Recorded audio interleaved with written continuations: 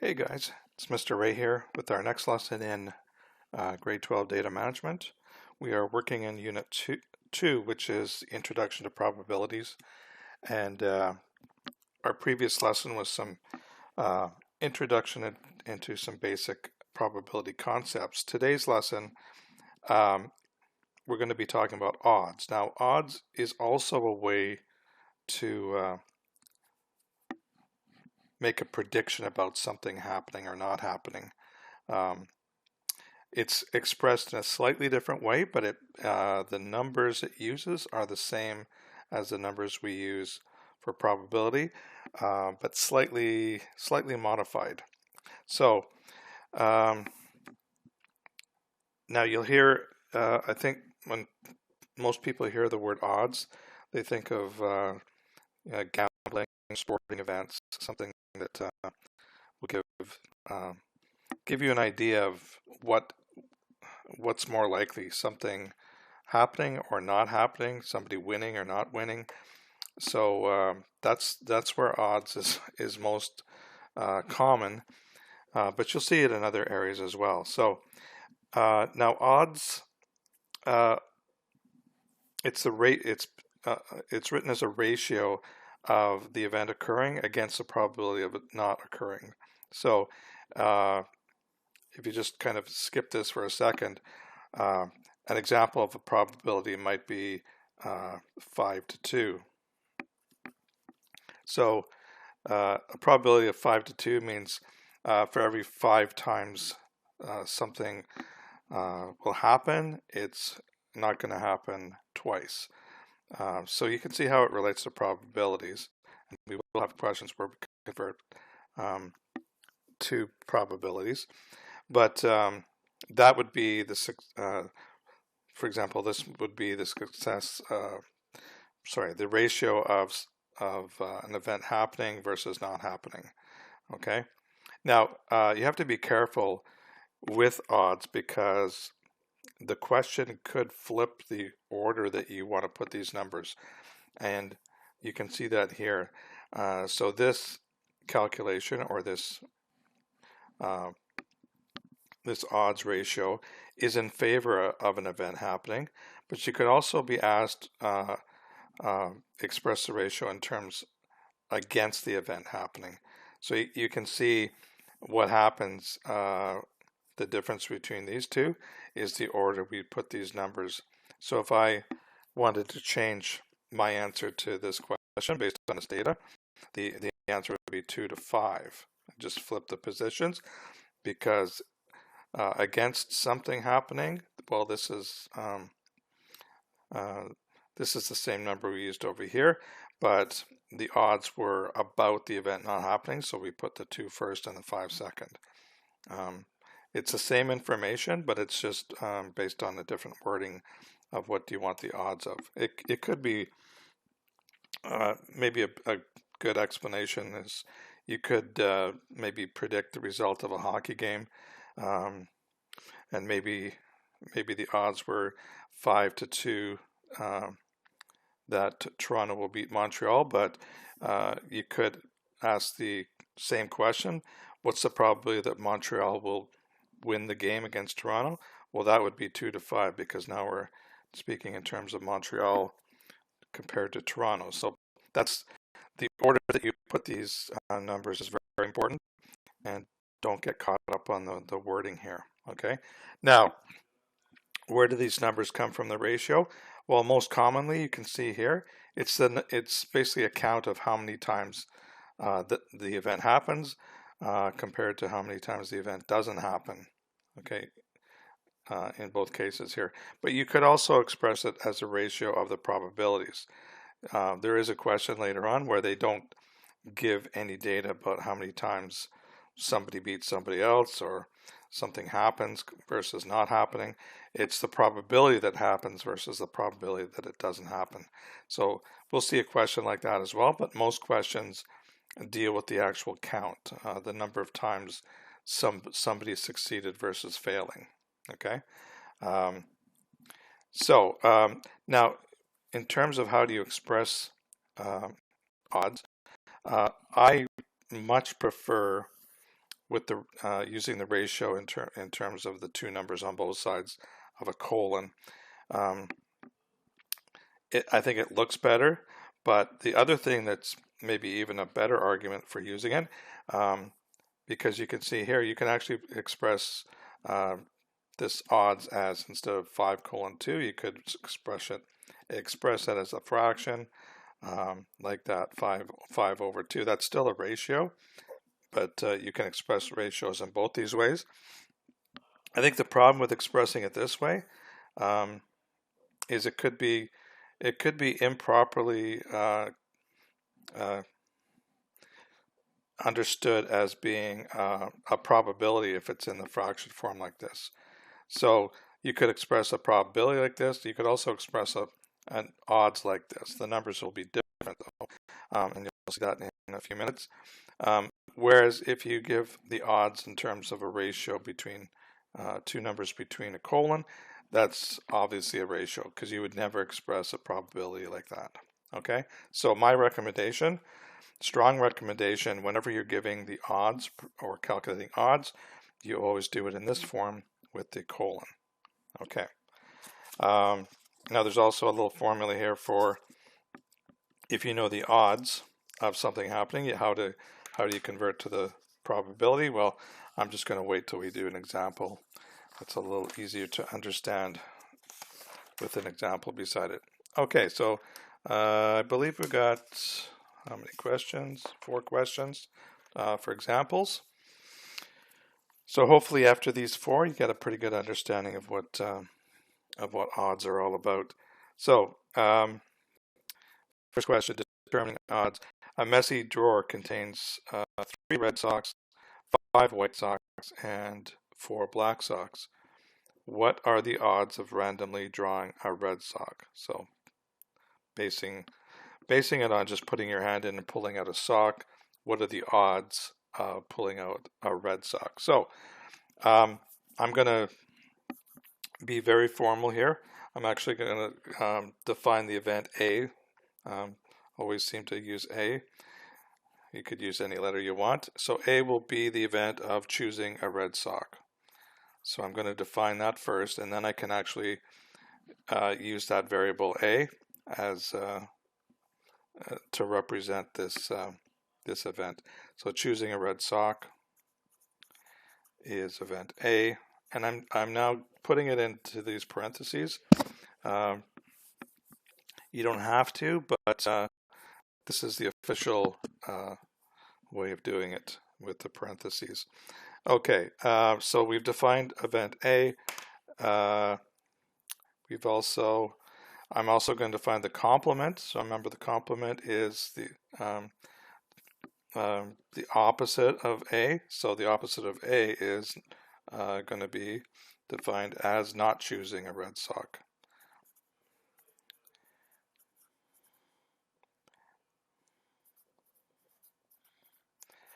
Okay, and some questions you'll need that, some you won't, but I just want to put it in here to show you that how those two things are related. And we will, when you're doing odds, you do usually need both of these. So what I'm going to do now is count how many times event A can happen. Okay, so with this we look at the data that's given. So there's actually, so if A is choosing a red sock, how many socks are red? Well, that's going to be our number here. So we actually have 3 red socks, and we also do the same thing for counting how many times we won't pick a red sock, and that's basically the sum of all the other socks that aren't red. So we have 5 white and 4 black, so that's a total of 9 non-red socks.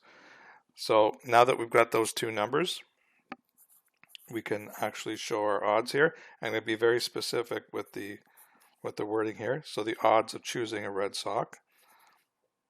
Odds of choosing a red sock. Okay, so that is going to be equal to, and I'll be very formal about this as well. So it's going to be the ratio of these 2 numbers. So since we're talking about successfully getting a red sock as what we want the odds for, that means we're going to put the count for A first, and then with a ratio, you put a colon there, and that will be the count of the non-Red Sox being chosen.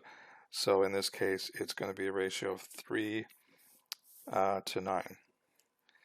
Okay, now you can maybe see both of those numbers can be reduced, like a fraction could be. So if I can divide both of the two numbers in the ratio by another number to reduce it, we want to get it as reduced as possible. So in this case, I can divide both numbers by 3, and I get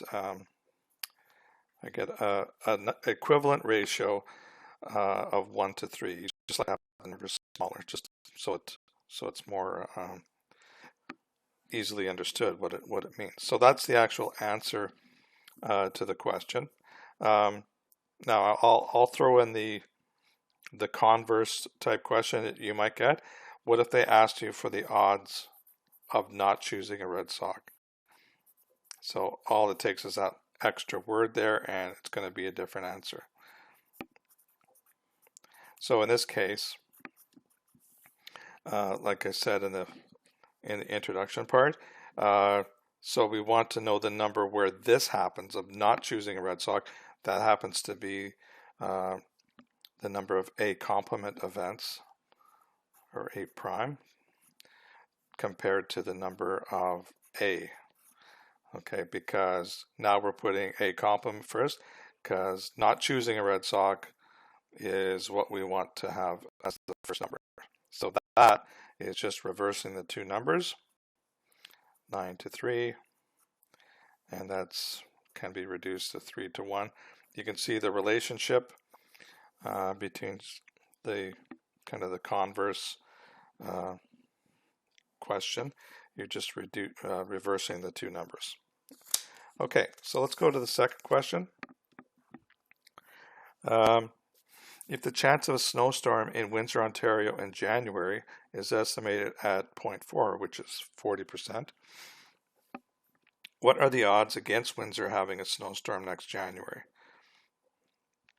Is a January snowstorm more likely than not? So just so you understand, the 0.4 is a probability that you'll get snow in Windsor at any time in January. So all it takes is one snowstorm in January, and you've achieved your success. So that's kind of interesting, because apparently most years in Windsor they don't get any snow in January, according to this information. So again, going to start off with defining my event. Okay, so now this I'm not going to read too far ahead, but in this case they're actually asking the odds against having a snowstorm.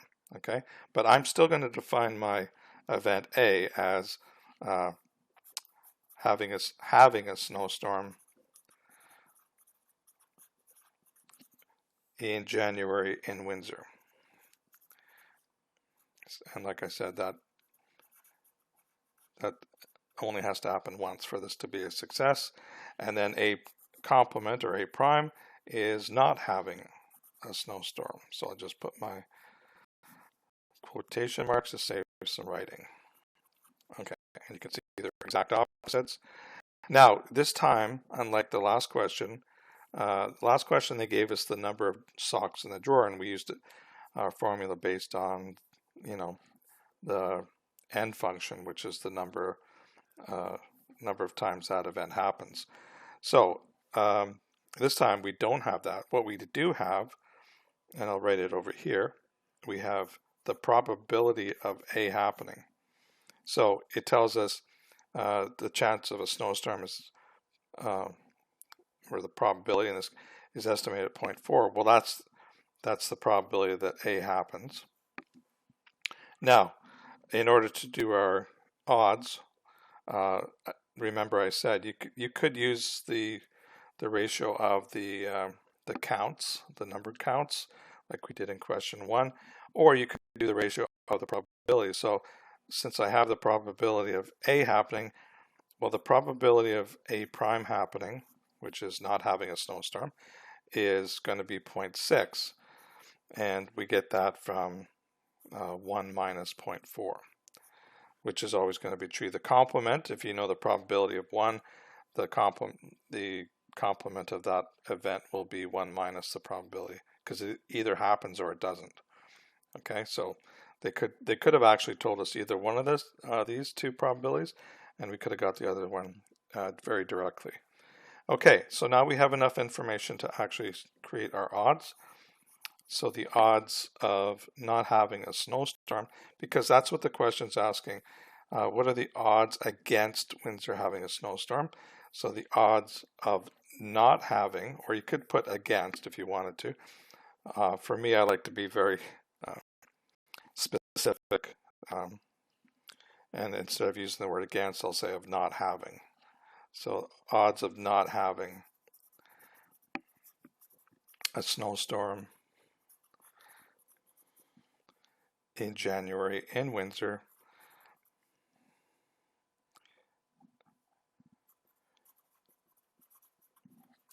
Okay, and that's going to be equals to the ratio of the two probabilities. And since we're talking about the odds against having a snowstorm, so that's going to be the probability of A prime not having snow compared to the probability of having snow, which is probability of A.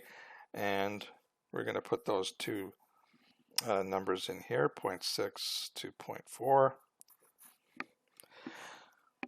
Okay, now we're not quite done, and the reason we're not quite done here, when we're dealing with odds, we like to have integer numbers in both parts of our odds. So in this case, we've got some decimals, and the good thing about decimals is they're very easy to turn into integers just by multiple some power of 10, so that we can move the decimal place on both enough that it turns into an integer. So you can see on this one, if I multiply both parts of the ratio by 10, I'm going to get 6 to 4.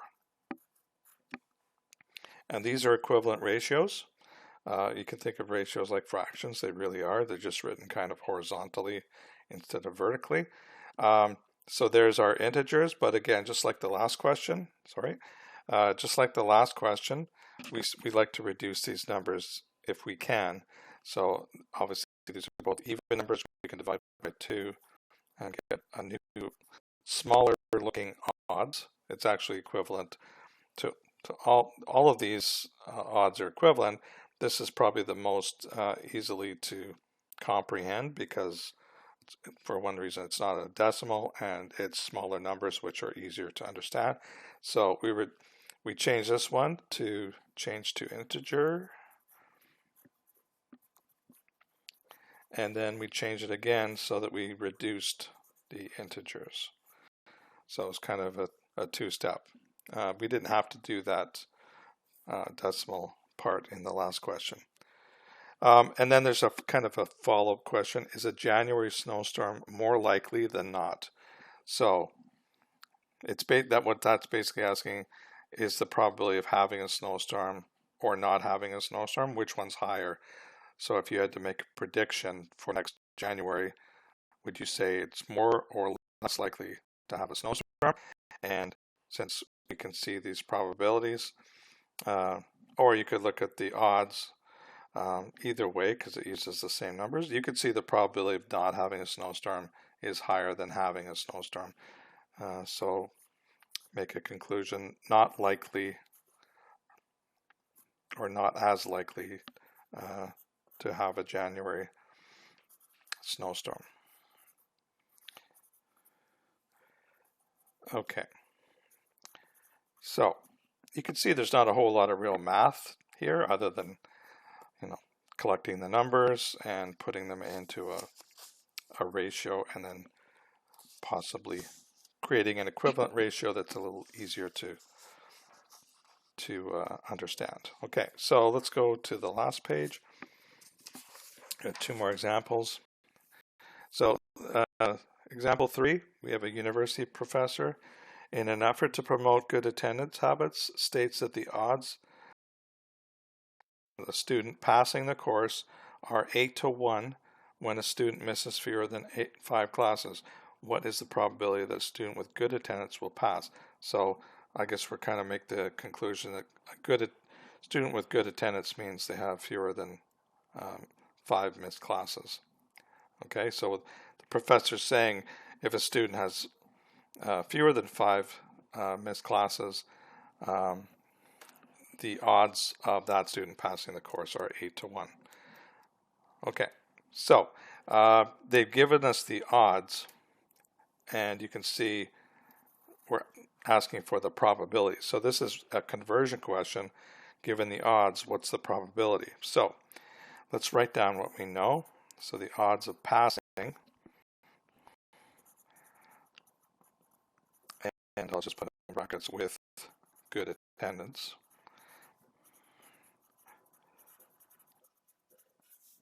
is equal to 8 to 1.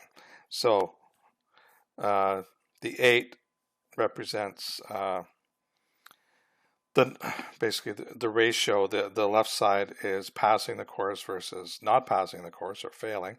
So basically for every 8 students that pass the course, 1 would fail the course. That's what with that odds. So I'm just going to define my event again, of course. So this event is passing with good attendance.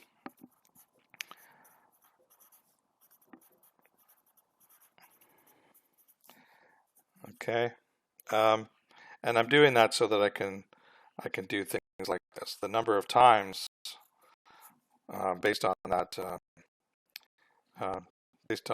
odds of 8 to 1, the number of times that happens is 8, right? And then the number of times the complement happens, or A prime, that's the right side of the odds, that's 1. Okay. Now, what we do need for probability, which we didn't need for odds, was the sum of these two things. So that basically we call that S for all possible outcomes. So all possible outcomes, it can't come from anywhere else than this. You either pass or you fail. So what's the total number of outcomes? Well, it's just the number from A plus the number from A prime, which is 8 plus 1, which is 9. So we need that number 9 when we create our probability. That's what we're going to do right here. So this calculation is something we did in the previous lesson. So the probability of event A happening is equal to the number of times it happens divided by the total number of outcomes. And we've got both of these figures. We know that NA is 8, and we know that NS is 9. So that's the probability that basically a person with good grades, a person with good attendance will pass the course. You could easily convert that into, I believe that would be 89% approximately. So 89% chance of passing, probability of passing. And if we wanted to know the opposite, what's the probability they don't pass? Well, we could just subtract that from 100%, or we could say probability of A prime is equal to the number of times A complement happens over the total, and in this case it's the 1 over the 9, which is, that's going to be equal to 11%. And you can see those add up to 100. So that's how you do the calculations. You take the two numbers from the odds, and to get the total, which is the denominator of the probability, you just add the two together and then use the appropriate number that you're trying to find the probability of. So this is the success part, and this is the failure part. Okay, so you could put a conclusion statement here, but if you define this very well, if you actually defined your event and then you've got the probability of that event happening is this, well, that's what the question asked for, but you can always wrap it up with a nice word statement, the probability that a student with good attendance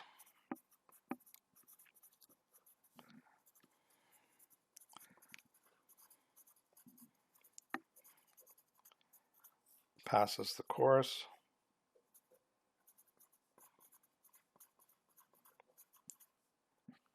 is 89%.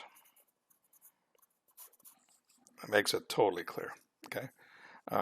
But mathematically, this was a good solution, and it's easy to see what that 89% is reflects on, okay? Last question here.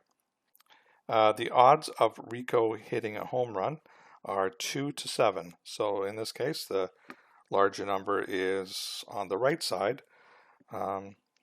So it would be wrong if we just switch these around without changing the information here. So let's define the event. We want to find the probability of Rico hitting a home run. So event A will be Rico hitting a home run.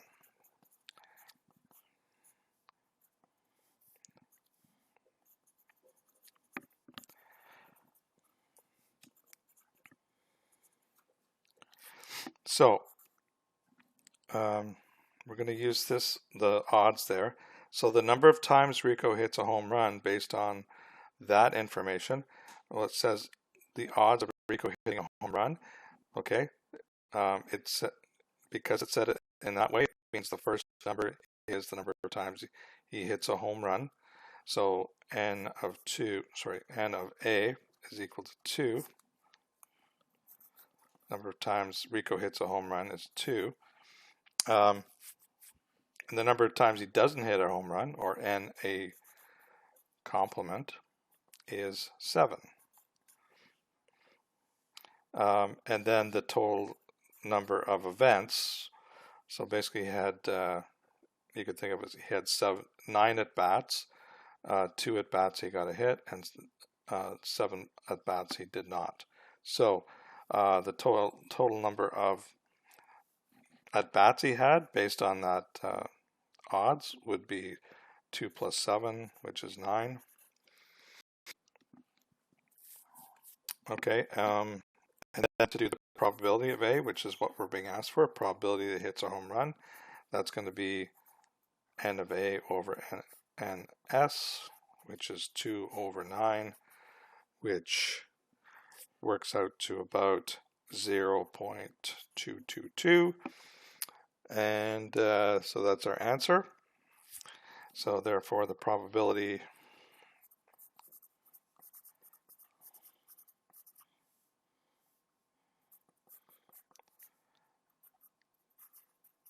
Rico hits a home run